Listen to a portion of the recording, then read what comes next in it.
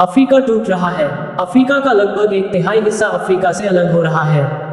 वैसे ही जैसे आज से 10 करोड़ साल पहले भारत अफ्रीका से टूटकर आज के तिब्बत से टकराया था, अब वैसे ही अफ्रीका का ये टुकड़ा भारत से टकराने वाला है। और अगर ऐसा होने वाला है तो यहाँ की जमीन ऊंचे पर्वतों में परिवर्तित हो जाएगी।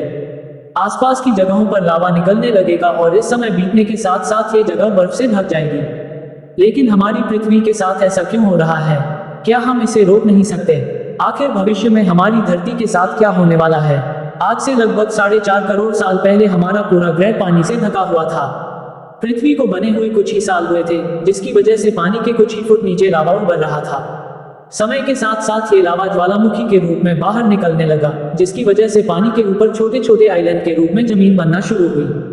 और कुछ लाख साल बाद पूरी पृथ्वी पर कई लाख छोटे छोटे द्वीप निकल चुके थे और अब धीरे धीरे धरती की ऊपरी सतह ठंडी हो रही थी, जिसकी वजह से धरती में दरार होने लगी और इसी वजह से छोटे छोटे द्वीप एक जगह इकट्ठे होने लगे।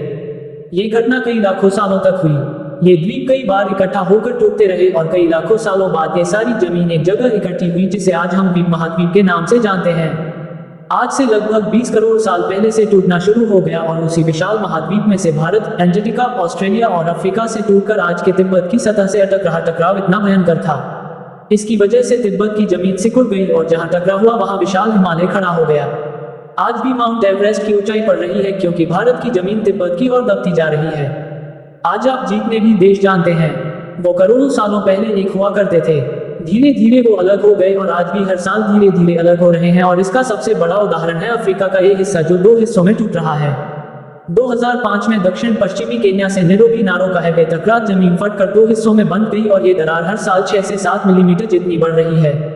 अफ्रीका के यहाँ से टूटने का कारण है ये जगह, ये त्रिकोण आकार से दिखने वाला फुटू। इस जगह पर 3 अलग अलग तरह की जमीन मिलती है, सोमाली और अरेबियन प्लेट।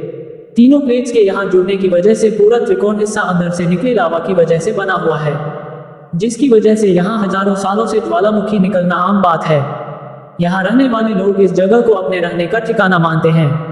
जिस जगह का खुद का ठिकाना नहीं है कि भविष्य में ये रहेगा कि नहीं, क्योंकि ज्वालामुखी से इस तरह का निर्माण होने और हजारों सालों से ज्वालामुखी निकलने की वजह से यहाँ की जमीन पतली और खोखली है। बार बार ज्वालामुखी निकलने की वजह से यहाँ भूकंप आना आम बात है और यही कारण है कि यहाँ की जमीन टूट रही है। भविष्य में दरार बढ़ने पर यहाँ पानी भरने लगेगा और ये पूरा हिस्सा पानी से भर जाएगा और इसकी वजह से अफ्रीका के टूटने की गति बढ़ जाएगी, जिसकी चेतावनी यहाँ खोज करने वाले भूवैज्ञानिक यहाँ स्थित देशों की सरकारों को दे चुके हैं। इसे हमारी पृथ्वी को ये खतरा है कि दरार बढ़ने से ज्वालामुखी और विषैली गैस से निकलेंगे। भूवैज्ञानिक रॉय लिवमोर के मुताबिक सोमाली प्लेट भविष्य में भारत के पश्चिमी हिस्से से टकराएगा और यहाँ में भारत का मतलब आज के इंडिया, पाकिस्तान और श्रीलंका से टकराने की बात कर रहा हूँ। तो क्या होगा जब सोमाली प्लेट भारत से टकराएगा? अगर सोमाली प्लेट उसी गति से भारत से टकराता है जिस गति से भारत तिब्बत से टकराया था, तो कोई शहर और राज्य तबाह हो जाएंगे। इसका सबसे जल्दी और ज्यादा असर भारत के मुंबई में दिखाई देगा। समुद्री किनारे साल दर साल उठने लगेंगे और भूकंप आम हो जाएंगे। समय के साथ साथ ज्वालामुखी फूटने लगेंगे। धीरे धीरे सोमाली प्लेट गोवा से केरला और श्रीलंका के संपर्क में भी आ चुकी होगी। ऊपरी साइड में द्वारका से सोमनाथ और पाकिस्तान के कराची तक सारे समुद्री किनारे पर्वत में परिवर्तित होने लगेंगे और यहाँ विशाल पर्वत खड़े हो जाएंगे, जिसकी वजह से यहाँ का मौसम ठंडा होने लगेगा और यहाँ भी कश्मीर की तरह बर्फ गिरने लगेंगी। बर्फ पिघलने की वजह से आसपास कई सारी नदियां निकलने लगेंगी और आसपास के हिस्से घने जंगलों में परिवर्तित होने लगेंगे, की वजह से साउथ इंडिया टेढ़ा हो जाएगा। उस वक्त तक आज के नेपाल और भूटान का बहुत बड़ा हिस्सा हिमालय में जा चुका होगा। इस वक्त तक सिर्फ भारत ही नहीं, पूरी दुनिया बदल चुकी होगी। पृथ्वी की सारी जमीन एक जगह इकट्ठा हो चुकी होगी और इसकी वजह से आज के ज्यादातर देशों का वातावरण बदल चुका होगा।